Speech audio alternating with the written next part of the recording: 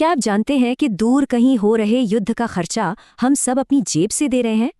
तो सवाल ये है कि आखिर हर चीज इतनी महंगी क्यों हो रही है। चलिए इसकी वजह समझते हैं। पेट्रोल पंप पर गाड़ी में तेल भरवाते वक्त ये एहसास जरूर होता होगा। और सिर्फ पेट्रोल ही नहीं, पिछले महीने से ग्रोसरी का बिल भी ज्यादा ही लग रहा है। ये अचानक नहीं हो रहा, ये एक छिपा हुआ टैक्स है जो ग्लोबल अस्थिरता की वजह से लगता है। चलिए इस पूरे सिस्टम को एक उदाहरण से समझते हैं। मिलिए सारा से। सारा के टैंक भरवाने का खर्चा 40 से $65 हो गया है। ये एक्स्ट्रा $25 आखिर जाता कहाँ है? इस पैसे का सफर लोकल गैस स्टेशन से शुरू होता है और ग्लोबल मार्केट तक जाता है। दुनिया का लगभग 20% तेल स्ट्रेट ऑफ हॉर्मोज नाम के एक चोक पॉइंट से गुजरता है। तो जब यहाँ तनाव बढ़ता है, रिस्क बढ़ता है और आखिर में तेल की कीमत भी बढ़ जाती है। और ये सिर्फ तेल की बात नहीं, ज्यादातर सामान स्वेज कैनाल से आता है।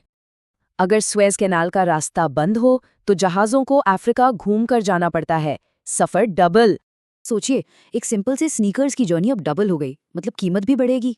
जब सामान स्टोर पहुंचता है तो इस लंबी जर्नी का पता नहीं चलता, सिर्फ प्राइस टैग ही दिखता है। पर बात सिर्फ सामान की नहीं, युद्ध पैसों के फ्लो को भी बदल देता है। जब भी मार्केट में डर का माहौल होता है, इन्वेस्टर्स सेफ एसेट्स जैसे गोल्ड और यूएस डॉलर में पैसा डालते हैं। जब यूएस डॉलर मजबूत होता है तो दूसरी करेंसीज कमजोर हो जाती हैं। इससे इंपोर्ट्स महंगे होते हैं।